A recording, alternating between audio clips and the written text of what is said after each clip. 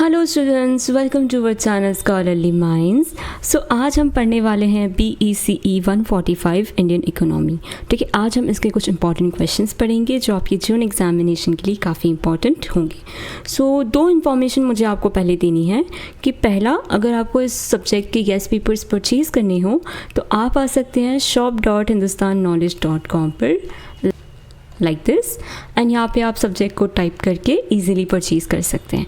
In case अगर आपको purchase करने में कोई भी इशू आता है तो आप हमें कांटेक्ट कर सकते हैं at 9580023321। Okay. Second important information है कि आप हमारा व्हाट्सएप ग्रुप और टेलीग्राम ग्रुप भी ज्वाइन कर सकते हैं, जिसका लिंक आपको डिस्क्रिप्शन में मिल जाएगा। Okay, so let's start with our questions. So first question है, how is development distinct from growth? What are the factors necessary for the success of market-based approach to development? What is rationale behind state-led development strategy? Let's see, यहाँ पर किसकी बात की जा रही है। एक तो डेवलपमेंट के बारे में पूछा जा रहा है और ग्रोथ के बारे में पूछा जा रहा है। ओके, सबसे पहले हम डिफरेंस देखते हैं। Economic growth means an increase in the production of goods and services in a country. It is mainly measured by the rise of GDP or national income. Growth focus on the quality of output. अब यहाँ पे जो growth है ये सिर्फ आपको इतना बताएगा कि पिछले साल, जैसे एक कंपनी है, ओके, फॉर एग्जांपल एक कंपनी है, पिछले साल हमें 5 करोड़ का प्रॉफिट हुआ था, इस साल हमें 6 करोड़ का प्रॉफिट हुआ है। बस ये इतनी ही बातें करेगी, ये सिर्फ पैसों की बातें होंगी यहाँ पर। ठीक है, और डेवलपमेंट का मतलब क्या होता है, ये एक बहुत बड़ा कंसेप्ट है। इसमें क्या क्या चीज़ें इंक्लूड हो रही है? Includes economic growth along with the improvements in people's quality of life such as better education, health care, employment quality and living standards. Development focus on both economic progress and social welfare. अब यहाँ पे मैंने आपको क्या बोला कि यहाँ पे पैसों की बातें हो रही हैं, सिर्फ पैसे, कि पिछले बार कितना हुआ था, इस बार क्या हुआ है, बस यहाँ पे इतनी ही बातें होंगी। कि हमारा जो आउटपुट है, पिछली बार हमने अगर 100 गुड्स बनाए थे, इस बार हमने 200 गुड्स बनाए हैं, तो हम बहुत अच्छी ग्रोथ कर रहे हैं।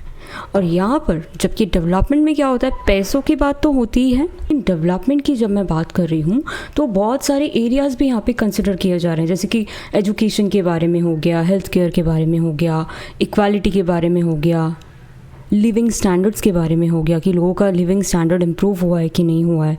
तो ये सारी चीज़ें, जैसे सोशल वेलफेयर और इकोनॉमिक प्रोग्रेस, ये दोनों चीज़ें कौन कवर कर रहा है? डेवलपमेंट कवर कर रहा है। डिफरेंस एट अ ग्लांस हम एक स्मॉल शॉर्ट फॉर्मेट में देखते हैं। ग्रोथ एंड डेवलपमेंट में क्या डिफरेंस है? सबसे पहला जो डिफरेंस है वो increase in income and output. यहाँ पे सिर्फ पैसों से जुड़ी बात होगी और आउटपुट से जुड़ी बात होगी कि पिछले साल कितने गुड्स बने थे, इस बार क्या हुआ है। और यहाँ पर quality of life, overall quality of life को देखा जाएगा कि पिछले साल 15 स्कूल्स थे एक जगह पर, लेकिन अब हम जाते हैं तो वहाँ पे 20 स्कूल्स हैं। मतलब यहाँ पे एजुकेशन को लेकर डेवलपमेंट हुआ है। Measured by GDP and national income. किस तरह से इसे मेजर किया जाता है? GDP और नेशनल इनकम। यहाँ पे जो स्टैंडर्ड्स होते हैं वो क्या रहते हैं? हेल्थ हो गया, एजुकेशन हो गया, लोगों का लिविंग स्टैंडर्ड्स हो गया, करेक्ट। यहाँ पे क्वांटिटेटिव चेंज, मतलब सिर्फ पैसों को लेकर बात होगी। और यहाँ पे क्वालिटी ऑफ लाइफ भी देखी जाएगी और क्वांटिटेटिव ये भी इंक्लूड होगा इसमें। May not reduce poverty. अब पॉवर्टी से इसका ज़्यादा लेना देना है नहीं, लेकिन यहाँ पे उसका जो फोकस है वो यही है कि पॉवर्टी कम हो और इनइक्वालिटी भी कम हो, ताकि हमारे जो देश में इक्वालिटी हो वो बढ़ जाए और लोगों का जो स्टैंडर्ड ऑफ लिविंग है वो भी इम्प्रूव हो जाए। Okay, the growth is only part of development. ये डेवलपमेंट, जो ग्रोथ है वो डेवलपमेंट का एक हिस्सा है। ठीक है, इस हिस्से को मैं बोल सकती हूँ कि ग्रोथ को बिलोंग करता है। बाकी जो चीज़ें हैं वो एजुकेशन हो गया, हेल्थ हो गया, लिविंग स्टैंडर्ड्स हो गए, इसमें ये चीज़ें इंक्लूड होती है और इसी को मैं क्या कहूँगी? डेवलपमेंट। ठीक है, factors necessary for the success of market based approach to development. The market based approach believes that private business and free markets can promote economic development through competition and innovation. For this approach to succeed, certain conditions are necessary. अब यहाँ पे क्या बताया जा रहा है कि इस अप्रोच के अकॉर्डिंग प्राइवेट सेक्टर और फ्री मार्केट डेवलपमेंट को प्रमोट करते हैं, कंपटीशन और इनोवेशन इकोनॉमी को आगे बढ़ाते हैं। ये दो बातें यहाँ पे लिखी गई है, लेकिन इस अप्रोच को सक्सीड करने के लिए कुछ कंडीशंस नेसेसरी हैं। वो कंडीशंस क्या हैं? Let's see. सबसे पहला है healthy competition. There should be fair competition among firms to improve quality, reduce prices and encourage innovation. See, fair competition होना चाहिए. ऐसा नहीं कि बहुत ही अनजस्ट हो रहा है कि बस 5 लोग हैं इस मार्केट में और वही सब कुछ कंट्रोल कर रहे हैं. ऐसा नहीं, सबको चांस मिलना चाहिए, सबको इक्वल चांसेस मिलना चाहिए, अपॉर्चुनिटीज़ मिलना चाहिए. तो इसका मतलब क्या है कि मार्केट में फेयर कंपटीशन होना चाहिए. कंपटीशन से क्या होगा? क्वालिटी इंप्रूव होती है, प्राइस कम होते हैं एंड इनोवेशन बढ़ता है. फॉर एग्जांपल कोई पर्सन है, पहले आपने देखा होगा पेंसिल के पैकेट ऐसे आते थे और शॉर्पनर भी आता था, इरेजर भी आता था. लेकिन फिर कोई आया, वो क्या करते हैं कि वो पेंसिल शॉर्प करके अब देने लगे हैं. तो इन्होंने क्या किया, एक नया इनोवेशन किया कि बच्चा अगर पहली पेंसिल निकाले तो वो सीधे लिखना चालू कर सकता है. करेक्ट. तो ये क्या हुआ? एक तरह का इनोवेशन ही तो हुआ. आपने किसी चीज़ की जो क्वालिटी है वो भी इम्प्रूव करी. करेक्ट. एंड साथ में प्राइजेस भी हमने कम होते देखे. अगर ज़्यादा कंपटीशन होगा, एक शॉप पे कोई चीज़ 100 रुपीज़ की मिल रही है, लेकिन उसी के पास वाली शॉप पे वही चीज़ मुझे 90 रुपीज़ में दे रहे हो, same quality and same brand है, तो मैं कहाँ से लूँगी? यहाँ से लूँगी, क्योंकि मुझे कम प्राइस में मिल रहा है. तो अल्टीमेटली प्रॉफिट किसका हो रहा है? हमारा ही हो रहा है. ज़्यादा लोग रहेंगे तो ज़्यादा अच्छा बेहतर कंपटीशन होगा. Strong legal system, clear laws and protection of property rights help businesses invest confidently and ensure fair market practices. Property rights और क्लियर लॉज का होना ज़रूरी है. इससे इन्वेस्टर्स को कॉन्फिडेंस मिलता है, बिजनेसेस भी लॉन्ग टर्म इन्वेस्टमेंट कर पाते हैं, जिससे एक फेयर मार्केट प्रैक्टिसेस भी इंश्योर होती है. Good infrastructure, roads, electricity, communication network and transport facilities are essential for efficient production and trade. अब क्या हो रहा है कि इंफ्रास्ट्रक्चर डेवलपमेंट का बैकबोन होता है. वी ऑल नो, बिना इन चीज़ों के कुछ भी पॉसिबल नहीं है. अगर माल बन चुका है, ठीक है, बहुत सारे प्रोडक्ट्स बन चुके हैं, लेकिन रोड्स ही ऐसी खड़खड़ वाली है, तो ये अपनी जगह पे जिसे 2 दिन में पहुंचना है, तो मुझे लगता है कि ऐसे रोड्स के साथ वो 2 दिन में माल पहुंच पाएगा? यहाँ तक नहीं पहुंच पाएगा. ठीक है. और ऊपर से हो सकता है कि ये जो गुड्स है उसको भी डैमेज हो जाए. तो ये इंफ्रास्ट्रक्चर का बहुत इंपॉर्टेंट रोल है यहाँ पर. ठीक है. बिना इलेक्ट्रिसिटी मशीन नहीं चलेगी, तो हम बनाएंगे कैसे? कम्युनिकेशन नेटवर्क, हम बात ही नहीं कर पा रहे, नेटवर्क से नहीं आ रहा है, तो जिसने ऑर्डर दिया है वो बात ही नहीं कर पा रहा है ना. तो ये सारी चीज़ें बहुत ज़्यादा इंपॉर्टेंट है प्रोडक्शन एंड ट्रेड के लिए. स्किल्ड ह्यूमन रिसोर्सेज, अब अगर लोग ही स्किल्ड नहीं हैं, लोगों को पता ही नहीं है कि कैसे काम करना है, कैसे ये मशीन चलानी, कैसे हमें मैनेज करना है, तो आप क्या करेंगे? अकेला इंसान कुछ कर सकता है क्या? नहीं. उसे चाहिए एक एजुकेटेड एंड ट्रेंड टीम जो प्रोडक्टिविटी इंक्रीज़ कर सके और टेक्नोलॉजिकल प्रोग्रेस भी हो सके. तो एजुकेटेड एंड ट्रेंड वर्कफोर्स बहुत ज़्यादा इंपॉर्टेंट है. Stable economic policies, low inflation, stable taxation, transparent government policies create a favourable business environment. अब मुझे एक बार में पता चल गया कि ठीक है, मुझे 10% टैक्स भरना है, मेरा जितना भी प्रॉफिट होगा मुझे 10% टैक्स भरना है. लेकिन फिर 6 महीने बाद उन्होंने 20% कर दिया, फिर 6 महीने बाद उन्होंने 15% कर दिया. तो आप सोचिए कि ये कितना यहाँ पे मेरा मैनेजमेंट थोड़ा डिस्टर्ब होगा, मेरी प्लानिंग भी गड़बड़ा जाएगी. करेक्ट. तो इससे मुझे गुस्सा आएगा और ये मुझे कहीं ना कहीं डिमोटिवेट कर सकती है कि इतना जो टैक्सेशन है वो अनस्टेबल क्यों है. Correct. Access to finance, easy availability of credit and banking services allow entrepreneurs and industries to expand their activities. When these conditions exist, the market can efficiently allocate resources and support economic development. अब access to finance, अगर किसी person को loan की ज़रूरत है तो उसके लिए जो चीज़ें हैं वो थोड़ी ईजी हो जानी चाहिए. ठीक है. बैंकिंग सर्विसेज थोड़ा ईजी होना चाहिए ताकि वो लोग अपना जो फैक्ट्री है, जो इंडस्ट्री है वो खोल सके और अपनी एक्टिविटीज़ को एक्सपांड कर सके. अगर ये सारी कंडीशन प्रॉपरली जाएंगी तभी इकोनॉमिक डेवलपमेंट होगा और जो रिसोर्सेज है उसका प्रॉपर अलोकेशन होगा. ठीक है. अब हम पढ़ते हैं आगे. Rationale behind the state-led development strategy. The state-led development strategy argue that the government should play an active role in promoting economic and social development, specially in developing countries. सबसे पहली बात आती है कि गवर्नमेंट इंटरवेंशन की ज़रूरत क्यों है. स्टेट लेड स्ट्रेटजी कहती है कि गवर्नमेंट को डेवलपमेंट में एक एक्टिव रोल प्ले करना चाहिए ताकि इकोनॉमिक और सोशल डेवलपमेंट प्रमोट हो सके. लेट्स सी कहाँ पर स्पेशली डेवलपिंग कंट्रीज़ में. अब रीजंस देखते हैं कि क्यों ज़रूरत है इसकी. Reasons for state intervention: correcting market failures, Private market may ignore sector like education, healthcare and environmental protection. Government intervention ensure these essential services are provided. See, अब ये जो प्राइवेट मार्केट है वो तो अपना काम करते ही जाएंगे, इंडस्ट्रीज ओपन कर ली और अपना काम करते जा रहे हैं, लेकिन हो सकता है कि यही फैक्ट्रीज और यही इंडस्ट्रीज से बहुत ज़्यादा पोल्यूशन हो रहा है, वाटर पोल्यूशन हो रहा है कि एयर पोल्यूशन हो रहा है, तो वो इन चीज़ों को बहुत इग्नोर कर देंगे।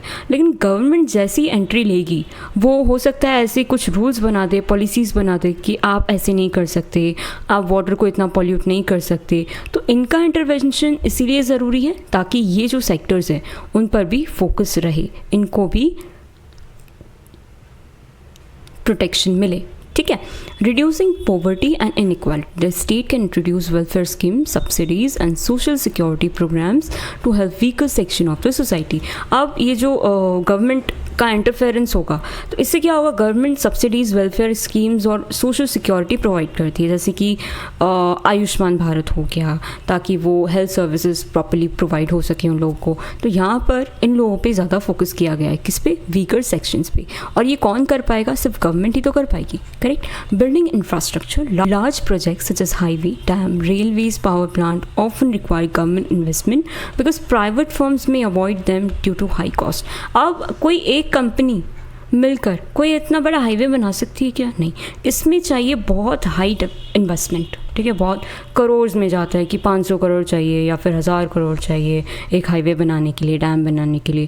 तो इसमें भी गवर्नमेंट का ही इम्पॉर्टेंट रोल है, क्योंकि यही गवर्नमेंट ही हाई इन्वेस्टमेंट कर सकती है। Promoting balance regional development, the government can invest in backward region to reduce regional disparities and create equal opportunities.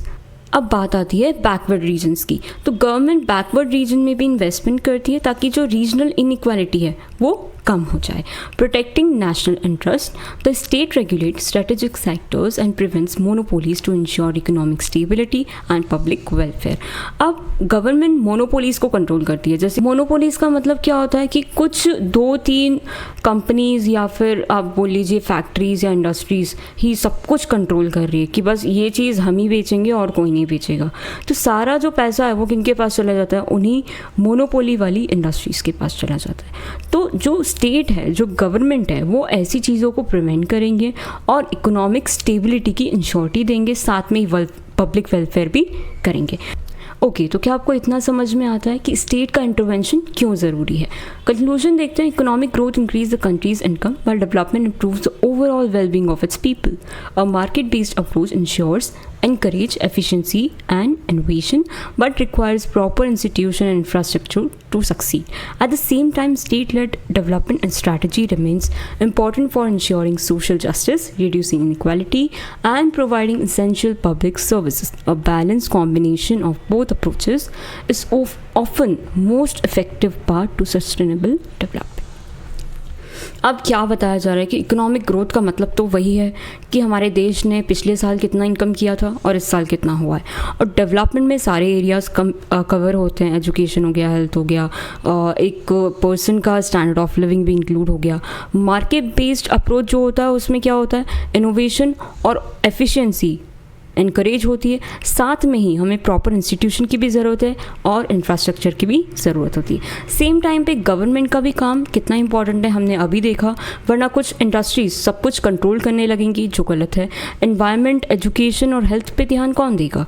तो इन चीज़ों के लिए गवर्नमेंट ज़रूरी है और इन्हीं सब का एक प्रॉपर बैलेंस्ड कॉम्बिनेशन ही सबसे बेहतर इफेक्टिव पाथ है किसके लिए, सस्टेनेबल डेवलपमेंट के लिए। Question, what is meant by balance of payment of a country, what are its components? एक ऐसा रिकॉर्ड है बीओपी जो बताता है कि एक देश और दुनिया के बाकी देशों के बीच कितने इकोनॉमिक ट्रांजैक्शन हुए हैं।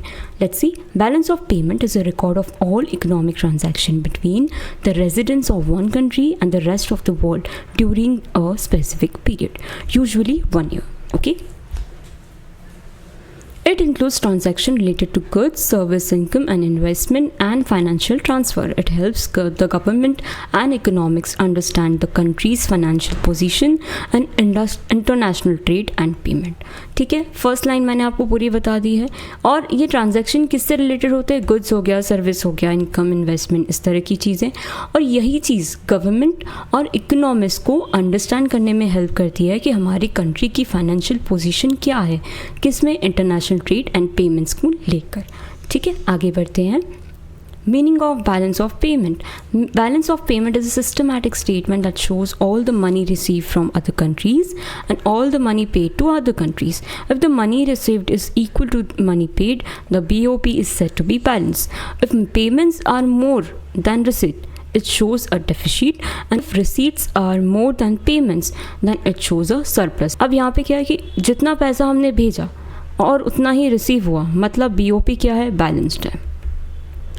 अगर हमने भेजा ज़्यादा, ठीक है, और आया कम, तो इसे मैं क्या कहूँगी? डेफिसिट। और रिसीव ज़्यादा हुआ, ठीक है, आया ज़्यादा और हमने भेजा कम, तो इसका मतलब क्या है? हम सरप्लस में। The balance of payment is important because it reflects the economic strength of a country and helps in making trade and financial policies. अब बैलेंस ऑफ पेमेंट क्यों इम्पॉर्टेंट है? क्योंकि ये हमारी इकोनॉमिक स्ट्रेंथ को बताता है और साथ में ट्रेड और फाइनेंशियल पॉलिसीज़ बनाने में भी हेल्प करता है। Component of balance of payment, अब हम देखेंगे कंपोनेंट्स क्या है। Balance of payment has 3 main components, 3 main components है इसके। सबसे पहला है current account. 1 minute. The current account records transaction related to goods, service, income and transfers. Current account क्या रिकॉर्ड करता है? जो goods से रिलेटेड है, सर्विस से रिलेटेड है, इनकम से रिलेटेड है, ऐसे ट्रांजैक्शन को रिकॉर्ड करता है। Trade and goods, export and import of products such as machinery, food, clothing. हमने भी इम्पोर्ट एक्सपोर्ट किया है, जैसे मशीन हो गया, फूड हो गया, क्लोथिंग हो गया, वो इसमें आएगा। ट्रेड एंड सर्विसेज, हमने कोई टूरिज़्म सर्विस ली है या बैंकिंग सर्विसेज ली है या ट्रांसपोर्ट सर्विसेज ली है, वो इसमें आ जाएगा। इनकम, जैसे कोई भी इन्वेस्टमेंट, मैंने कुछ इन्वेस्ट कर रखा है लंदन की कोई फर्म में और मुझे वहाँ से इंटरेस्ट मिलता है। फॉर एग्जांपल मुझे इंटरेस्ट मिला $20 का या $2000 का, ठीक है, एग्जांपल है, मैं अभी स्टूडेंट हूँ, खैर। तो ये जो भी मुझे मिला है इन्वेस्टमेंट के द्वारा, तो वो किस में आएगा? इसमें आएगा। करंट ट्रांसफ़र, जैसे गिफ्ट हो गया, डोनेशन हो गया, पेंशन हो गया, रेमिटेंस हो गया, कि किसी ने भेजा या हमने रिसीव किया, वो भी किस में आएगा? इसमें। The current account shows whether country is earning enough from its regular international transaction. यहाँ पे एक कंट्री कितना अर्न कर रही है इंटरनेशनल ट्रांजैक्शन से, वो यहाँ पर रिफ्लेक्ट होगा। Capital account, let's see. Capital account में आई थिंक बड़ी चीज़ें होंगी। The capital account records transaction involving a transfer of assets and capital. We all know कि एसेट्स क्या होता है एंड कैपिटल क्या होता है। It includes transfer of ownership of fix asset. कोई पीस ऑफ लैंड है, ठीक है, वो बेच दिया आपने, तो आपको काफ़ी सारा पैसा आया, किस में आएगा? कैपिटल अकाउंट में। डेट फॉरगिवनेस, ठीक है, transfer of funds related to migration, capital grants receive from और given to other countries. Capital grants क्या होते हैं? रुको मैं बताती हूँ आपको। कैपिटल ग्रांट्स क्या होते हैं? जैसे कि लंप सम मनी किसी कंट्री को दे देना एज अ गिफ्ट मान लो या फिर एज अ डोनेशन मान लो, ठीक है। Transfer of funds related to migration, किसी भी तरह का माइग्रेशन से रिलेटेड फंड हुआ या डेट फॉरगिवनेस हुआ, कि ये चीज़ें इसमें रिकॉर्ड होती है। Although this account is usually smaller than the others, it is important for recording one time capital transfer.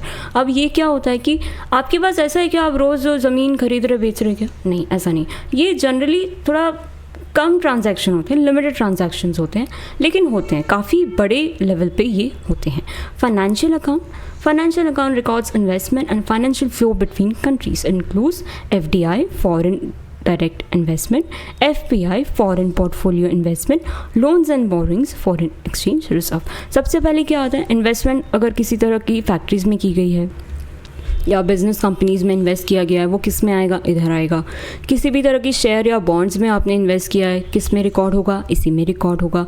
Money borrowed from और लेंड टू फॉरेन कंट्रीज़, अगर आपने किसी फॉरेन कंट्री से लोन लिया है या लोन दिया है, तो ये किस में आएगा? इसी में आएगा। Foreign exchange reserve, change in the reserves held by the central bank, ये सेंट्रल बैंक से रिलेटेड होता है।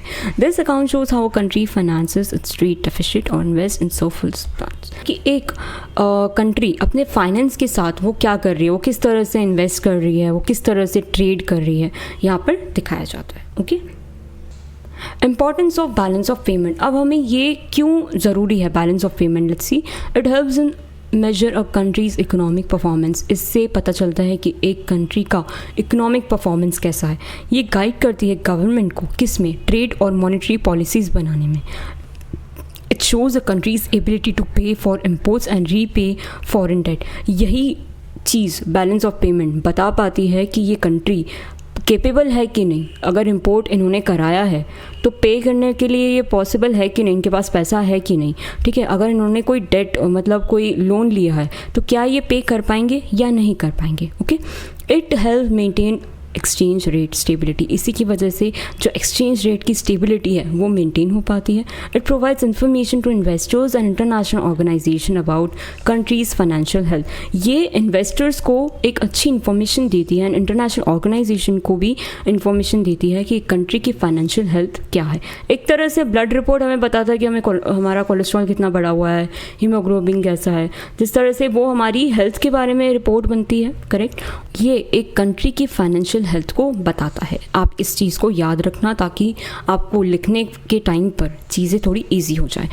The balance of payment is an important economic statement that records all international financial transactions of a country. Its three main components are current account, capital account, and financial account. Provide a complete picture of nation's economic dealings with the rest of the world. अब ये जो balance of payment है, यहाँ पे सारे international transaction जितने भी होते हैं वो यहाँ पे रिकॉर्ड किए जाते हैं। 3 मेन कंपोनेंट्स मैंने आपको बताए, करंट, कैपिटल एंड फाइनेंशियल, ठीक है। और इसी की वजह से हमें एक नेशन की पूरी जो इकोनॉमिक डीलिंग्स हैं पूरे दुनिया के साथ वो हमें पता चल जाती है। A well managed BOP supports economic growth and financial stability and better international trade relation. हमें क्या समझ में आ रहा है कि एक proper well managed BOP support करता है किस चीज़ को, इकोनॉमिक ग्रोथ को, फाइनेंशियल स्टेबिलिटी को and better international trade relations को, ठीक है। Let's move on further. How is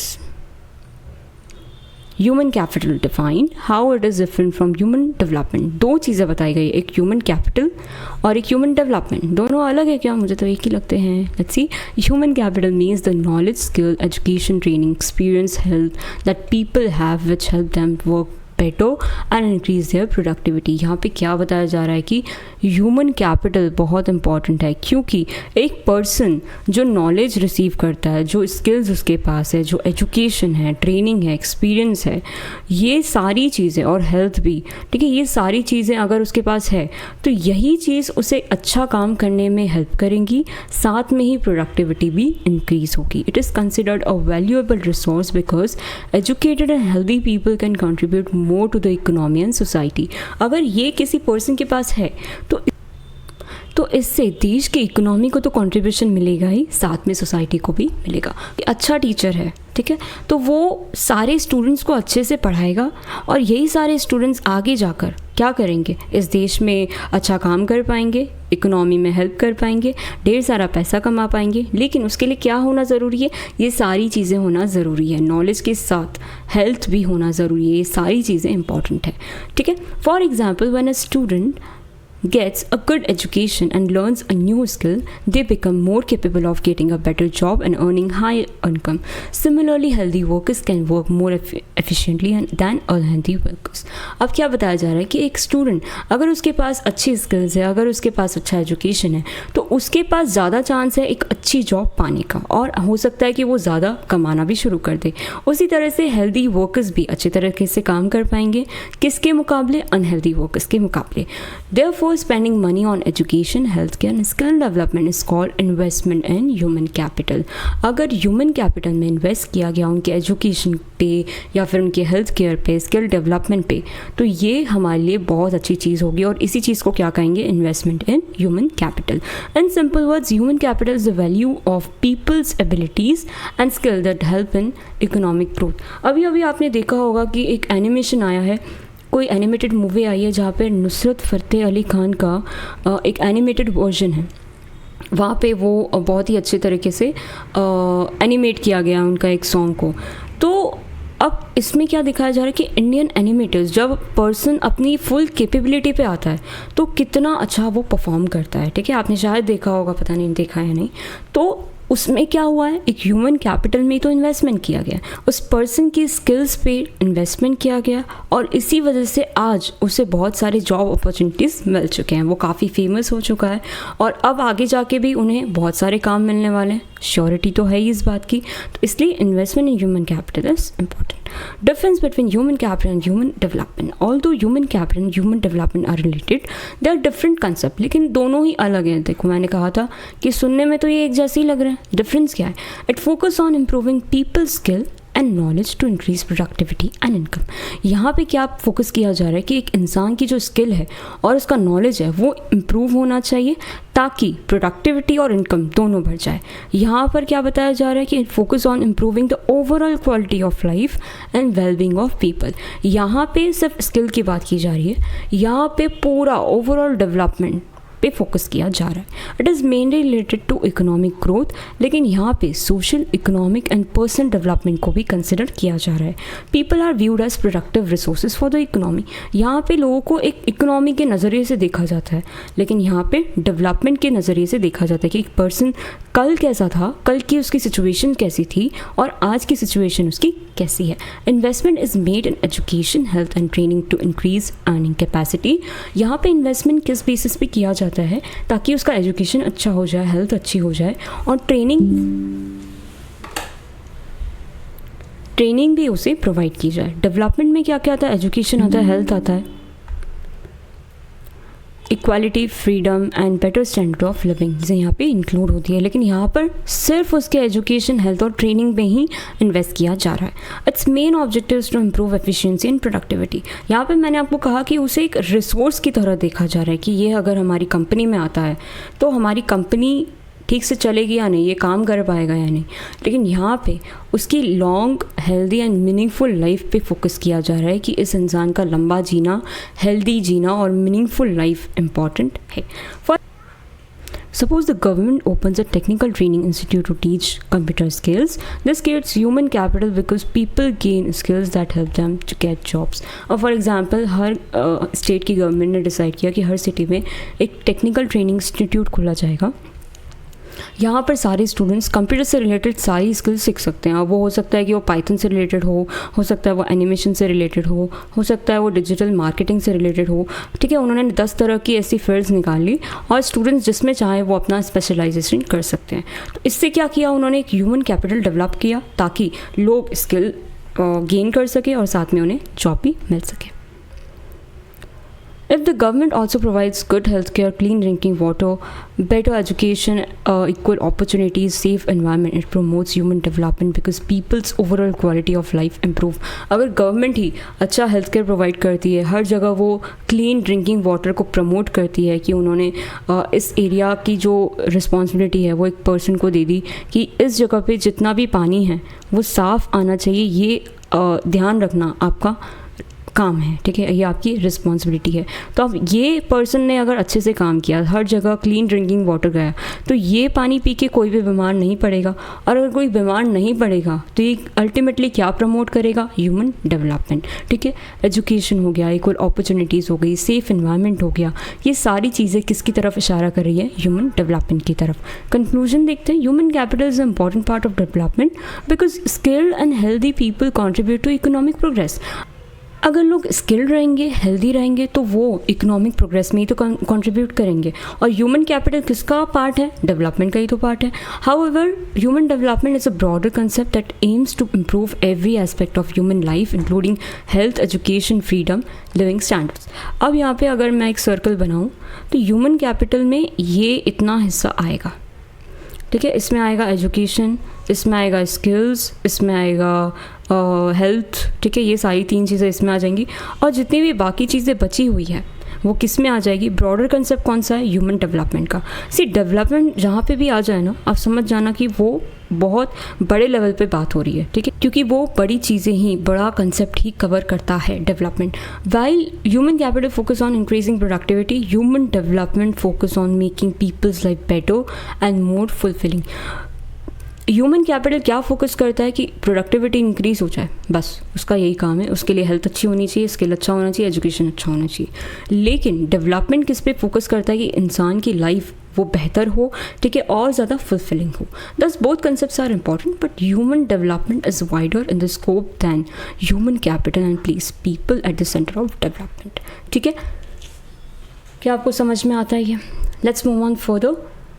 How is term labor force defined? Explain how employment is measured in India. Labor force का मतलब क्या होता है? Let's see. लेबर फोर्स में वो सभी लोग आते हैं जो काम कर रहे हैं या काम करना चाहते हैं और अवेलेबल हैं। जनरली 15 ईयर्स और उसके ऊपर के लोग यहाँ पे कंसिडर किए जाते हैं। Let's see, the labour force refers to all people who are 15 years of age and above who are either working or are willing and able to work at the existing wage rate. It includes employed people, those who are engaged in any economic activity and earn an income. Unemployed people, those who do not have a job but are actively looking for work and are available to work. मैंने आपको क्या बताया कि labour force वो लोग हैं जो या तो काम कर रहे हैं या फिर काम करने की इच्छा रखते हैं किसी भी वेज रेट पर। ठीक है, एम्प्लॉयड लोग जो काम कर रहे हैं और कमा रहे हैं, अनएम्प्लॉयड लोग जिनके पास काम नहीं है लेकिन वो ढूंढ रहे हैं, वो जॉब ढूंढ रहे हैं। People who are not seeking work, such as full-time students, retired person, homemakers who do not want to paid work, and those unable to work are not included in the labor force. अब इनमें कौन लोग नहीं आते हैं? जो full time students हैं, retired लोग हैं, होम मेकर्स हैं, ठीक है, जो काम नहीं करना चाहते हैं, इस तरह के लोग इंक्लूड नहीं होते हैं लेबर फोर्स में। The labour force is the total number of employed and unemployed person in the economy. तो लेबर फोर्स किसका टोटल नंबर है? एम्प्लॉयड और अनएम्प्लॉयड पर्सनस का।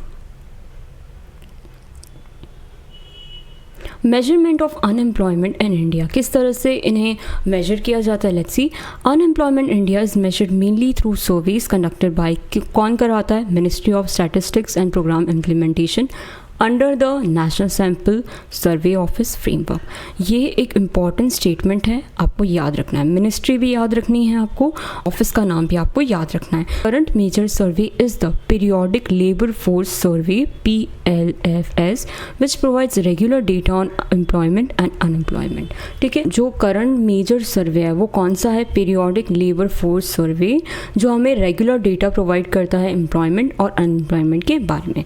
सबसे पहला आता है usual status US approach. This method measures whether a person was employed or unemployed for a major part of previous days, 365 days. If a person worked most of the year, they are considered employed. If they remained without work but they were seeking employment for most of the year, they are considered unemployed. अब किसको employed मांगेंगे और किसको unemployed मांगेंगे? जैसे कि कोई person है, उसने ज़्यादातर 12 महीने में से उसने 9 महीने तक काम किया है तो उसे एम्प्लॉयड मानेंगे। अगर कोई पर्सन बिना काम का है लेकिन वो ढूंढ रहा था, वो अपनी जॉब ढूंढ रहा था, तो उसे किस में माना जाएगा? अनएम्प्लॉयड में। This approach is useful for measuring long term employment. Okay, current weekly status CWS approach. Under this method a person is considered employed if they work at least for 1 hour during the last 7 days before the survey. अगर सर्वे इस दिन होने वाला है लेकिन 7 days में उस person ने 1 घंटे भी काम किया है तो उसे क्या माना जाएगा? एम्प्लॉयड माना जाएगा। If they did not work even for 1 hour but for available and looking for work, they are counted as unemployed. अगर उन्होंने 1 घंटे भी काम नहीं किया है, ठीक है, और वो कॉन्स्टेंटली जॉब के लिए देख रहे थे, तो उन्हें किस में काउंट किया जाएगा? अनएम्प्लॉयड में। Okay, this method captures short term changes in employment. Okay, short term changes आपको इसमें पता चलेगा। Moving on further, let's see, current daily status. Current daily status method records a person's employment status for each day of the reference week. It measures full day employment, part day employment and unemployment. इसमें ये तीनों चीज़ें major होती हैं। ठीक है, daily status method इसे कहा जाता है। This approach gives the most accurate picture of under employment and irregular work because it considers daily variation in employment. ये जो अप्रोच है वो मोस्ट एक्यूरेट पिक्चर देता है किसकी? अंडर एम्प्लॉयमेंट की और इरेगुलर वर्क की, क्योंकि ये डेली वेरिएशन चेक करता है। ठीक है, समझ में आता है ये आपको। यहाँ पर रोज़ की बात की जा रही है कि फुल डे एम्प्लॉयमेंट किसने किया है, पार्ट डे एम्प्लॉयमेंट किसने किया है और कौन अनएम्प्लॉयड ही रहा। अब अनएम्प्लॉयमेंट रेट को किस तरह से कैलकुलेट किया जाता है? अनएम्प्लॉयमेंट रेट को कैलकुलेट करने के लिए एक फॉर्मूला दिया गया है, let's see. Unemployment rate is equal to number of unemployed person divide by labour force into 100। इसे आप याद रखेंगे, हो सके तो अपने आंसर में आप ज़रूर इसे मेंशन करके इसे बॉक्स में लिख कर ज़रूर आना। Okay, a higher unemployment rate indicate a larger proportion of labour force is unable to find work. अगर इसका आंसर कुछ ज़्यादा ही रेट में आ रहा है, ठीक है, रेट है मतलब परसेंट आएगा यहाँ पे, अगर कुछ 70% आ गया फॉर एग्जांपल, तो इसका मतलब है कि बहुत बड़ा प्रोपोर्शन, ठीक है, लेबर फोर्स का अभी भी काम ही ढूंढ रहा है और उन्हें नहीं मिल पा रहा है। अगर ये कम है मतलब काफ़ी लोग काम कर रहे हैं और कुछ ही लोगों को काम नहीं मिल पा रहा है। कंक्लूजन देखते हैं। The labour force consist of employed and unemployed people who are willing and able to work. Measuring unemployment is important for understanding country's economic condition and planning employment policies. In India the usual status, current weekly status, current daily status method help provide a comprehensive picture of unemployment and labor market condition. Measurement enable the government to design effective programs for job creation and economic development. अब हमने देखा कि labour force में employed and unemployed दोनों तरह के लोग हैं जो काम करना चाहते हैं। इसे मेजर अनएम्प्लॉयमेंट को मेजर करके कंट्री की इकोनॉमिक कंडीशंस को पता किया जा सकता है, साथ में ही एम्प्लॉयमेंट पॉलिसीज़ को भी प्लान किया जा सकता है। हमारे यहाँ ये तीनों मेथड्स यूज़ होते हैं जो हमें अनएम्प्लॉयमेंट का एक प्रॉपर पिक्चर देते हैं और लेबर मार्केट कंडीशंस के बारे में भी बताते हैं। यही मेजरमेंट गवर्नमेंट को हेल्प करता है ताकि वो सही तरह के प्रोग्राम्स बना पाए, ताकि जिससे जॉब क्रिएट हो सके और इकोनॉमिक डेवलपमेंट भी हो सके। Okay, that's all for the day. Thank you so much. All the best for your exams.